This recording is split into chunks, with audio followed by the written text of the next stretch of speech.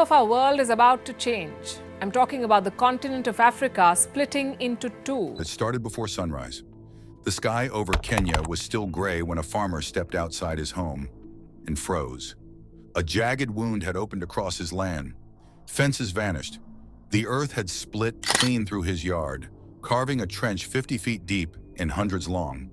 At first, it looked like a natural disaster, another casualty of heavy rain. But this was no ordinary crack. This was a message from the planet itself, because beneath that scar, something ancient is stirring.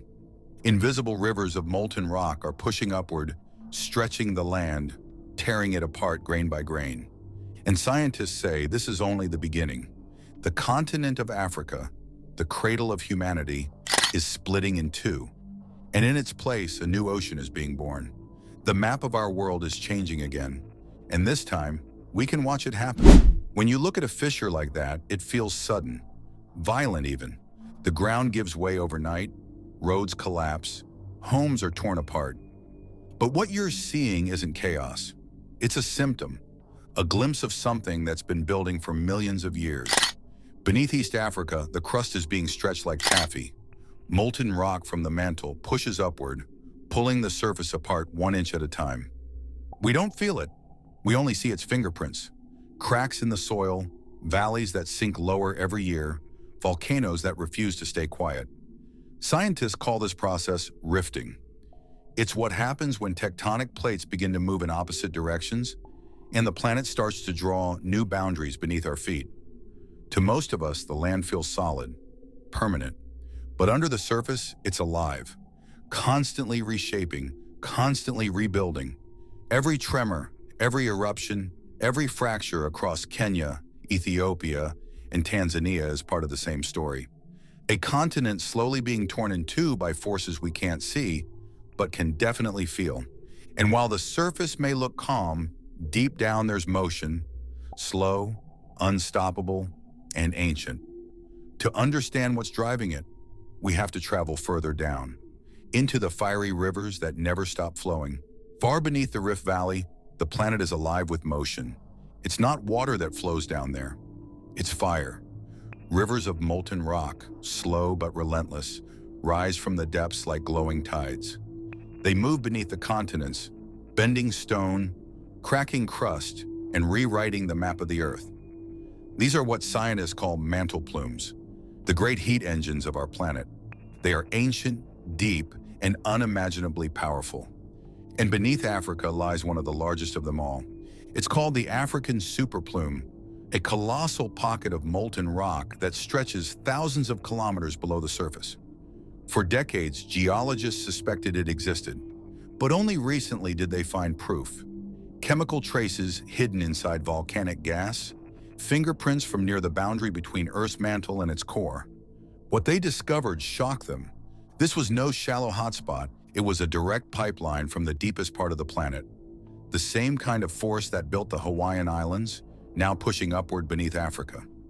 They realized that the earthquakes, eruptions, and widening rifts across the continent all connect back to this one blazing source. This is Africa's hidden engine, a slow, molten heartbeat that rises and falls in waves, pushing land upward by hundreds of meters. Every pulse sends tremors rippling through the crust, stretching it a little more each time. Patient, precise, relentless. If you could listen closely enough, you'd hear the earth breathing.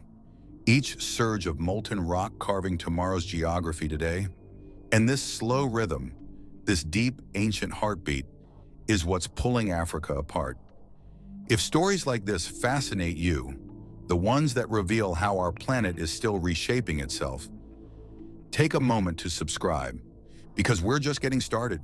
In East Africa, there's one place where all these hidden forces meet, a place where the Earth's skin is literally tearing open. It's one of the only spots on the planet where you can see a continent split in real time. If you want to see the Earth in motion, you go to the Afar Triangle, a corner of northeastern Africa carved between Ethiopia, Djibouti, and Eritrea. And unlike anywhere else on the planet, here the ground never truly rests. The crust is thin, the air shimmers with heat, and black volcanic rock stretches as far as the eye can see. This is where three massive tectonic plates, The Nubian, Somali, and Arabian are pulling away from one another. Scientists call it a triple junction, but what it really is a battlefield, a place where continents tear apart under invisible pressure and new worlds begin to form. Stand there, and you can almost see the future. Jagged fissures slice through the desert, steam vents hiss through the cracks, and magma quietly rises from below, waiting for the next eruption. It's like watching the planet draw its next ocean, line by line. From above, the Afar Triangle looks like a giant scar shaped like the letter Y. One arm reaches north toward the Red Sea. Another stretches east to the Gulf of Aden. The third runs south, deep into the heart of East Africa, forming what we now call the Great Rift Valley. Each arm marks a fracture where the land is giving way, where continents drift apart molecule by molecule. This is not an ancient relic. It's happening right now. Every year, the ground here sags a little lower. Every few decades, a new fissure opens. And every eruption, every quake, is another small step toward the creation of a new ocean. When you look at the Afar Triangle, you're not seeing the end of Africa. You're seeing its transformation, a living laboratory where the birth of an ocean unfolds in real time. But this story doesn't stop in Ethiopia, because what begins in the Afar Triangle ripples across an entire continent. The same slow forces that shape this desert are reshaping everything from Kenya's plains to Tanzania's valleys. And in the process, Africa's Great Split is quietly gathering speed. From above, the East African Rift stretches for thousands of kilometers, a vast snaking scar that cuts through deserts, mountains, and valleys. But what makes it extraordinary isn't its size, it's the fact that it's moving. The two massive plates beneath Africa, the Nubian to the west and the Somali to the east, are slowly drifting apart. Not in a way you'd ever notice on a walk across the savannah. But over time, those tiny shifts add up. Using GPS satellites, scientists have measured the separation, about 7 millimeters a year, the same rate your fingernails grow. Barely anything in a human lifetime. Yet in geological time, it's monumental. That steady invisible tug is tearing a continent in two. The signs are already visible. In Kenya, highways have collapsed where the earth simply gave way overnight. In Ethiopia, villages lie beside deep fissures that grow wider each rainy season. And in January 2025, a swarm of earthquakes rippled across the Afar and Oromia regions, shaking homes and forcing thousands to flee. Soon after, a new volcanic vent opened near the Dauphin volcano, spewing ash and steam, a reminder that this rift is alive. Each of these moments might seem isolated, a local disaster, a random tremor, but together they form a pattern that stretches across millions of years.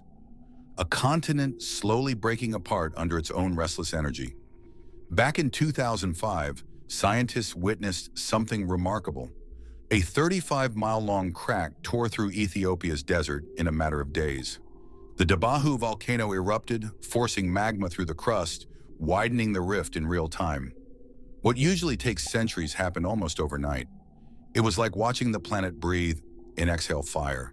Every quake, every fracture, every plume of steam tells the same story. Africa's crust is thinning, stretching, and preparing for something new. And as the land weakens, gravity takes over. The valleys sink lower, the faults widen, and slowly the first outlines of a future ocean begin to take shape. From the air, it's still land.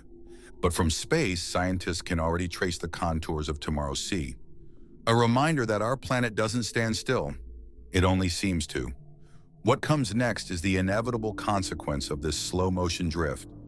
A transformation that will one day flood the heart of Africa with salt water.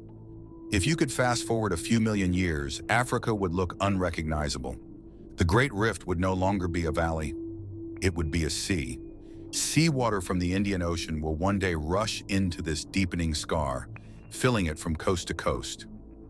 What is now landlocked highland will become coastline. Mountains will stand as islands, and a vast stretch of blue will slice between two continents that once were one.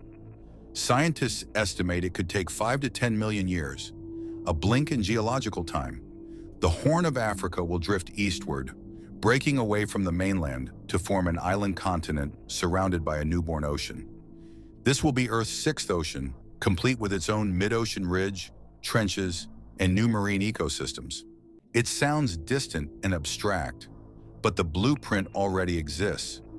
We've seen it before. 25 million years ago, the same process unfolded between Africa and Arabia. What began as a narrow rift became the Red Sea and the Gulf of Aden, two of the youngest seas on the planet. The same pattern is now replaying itself deeper inside Africa.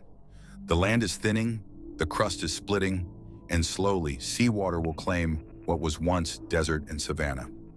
To future generations, perhaps long after ours, the coastlines of Kenya and Tanzania will look like archipelagos, their eastern provinces cut away by a ribbon of blue. But the effects of this transformation won't wait millions of years. They've already begun to ripple through today's world. Because when land moves, so do people, economies, and futures. And that brings us to what might be the most human part of the story, the changes we can already imagine. As the rift grows, it won't just reshape the land, it will rewrite opportunity itself.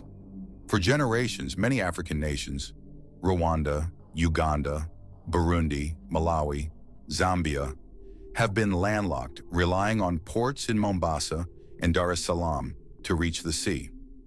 But when the rift finally opens to the ocean, that will change. The valley floor, now dry, rugged, and remote, could become a natural shipping corridor, a direct passage from inland nations to global waters. Imagine new ports rising where farmland once stood, shipyards, fisheries, coastal cities where none exist today, trade routes rerouted, transport costs cut, industries reborn along a brand new coastline. A new ocean means new borders and new beginnings. Yet not every story will be one of gain. Some countries will find themselves divided, literally. Eastern Kenya, Tanzania, and Ethiopia may drift eastward with the Somali Plate, separating from the mainland entirely. Cities, roads, even families could one day sit on opposite sides of an expanding sea. And the question becomes, what happens to a nation when its land moves away from itself? The Earth doesn't ask permission. It shifts, slowly but decisively, while people above it build and rebuild. For governments and communities, adapting to this movement will be one of the great challenges of the distant future. Planning for an environment that refuses to stay still. But even now, there's something poetic about it. A continent that once gave birth to humanity is once again giving birth to something new. A world reshaped by time and fire. If this vision of Earth's living future fascinates you, make sure to like, share, and subscribe. Because every week we uncover how our planet is still rewriting its own story, from the deepest oceans to the tallest mountains. Every split in the Earth tells a story, not of destruction, but of renewal. Because this isn't the first time the planet has torn itself apart, and it won't be the last. About 150 million years ago, another supercontinent, Pangaea, fractured. Africa and South America drifted apart, leaving behind the Atlantic Ocean as their parting gift. That same rhythm of separation and creation is playing again today. Right beneath our feet, the same invisible forces that carved the Atlantic are now sculpting the future of Africa. One continent becoming two, a new sea being born from the heart of the land. And just as the Red Sea and the Gulf of Aden once rose from fire and pressure, the next ocean is quietly forming below us. It's humbling to think that everything we consider permanent, mountains, borders, nations, is only temporary. Given enough time, even continents move. The ground we stand on is never still. It's just moving too slowly for us to notice. Long after we're gone, the maps will look different. Rift valleys will be seaways. Deserts will become coastlines. And where Africa now stands whole, two new lands will face each other across a shining blue expanse. But maybe that's the beauty of it. Earth is never finished. It keeps writing and rewriting its own story, line by line, layer by layer. And in that slow, patient rhythm, the heartbeat of the planet, the next ocean is already breathing. So the next time you look at a map, remember, it's only a snapshot in time. The world you know is still changing beneath your feet. If this journey through Earth's transformation moved you, leave a like and subscribe. Because the story of our planet isn't over. It's just getting started.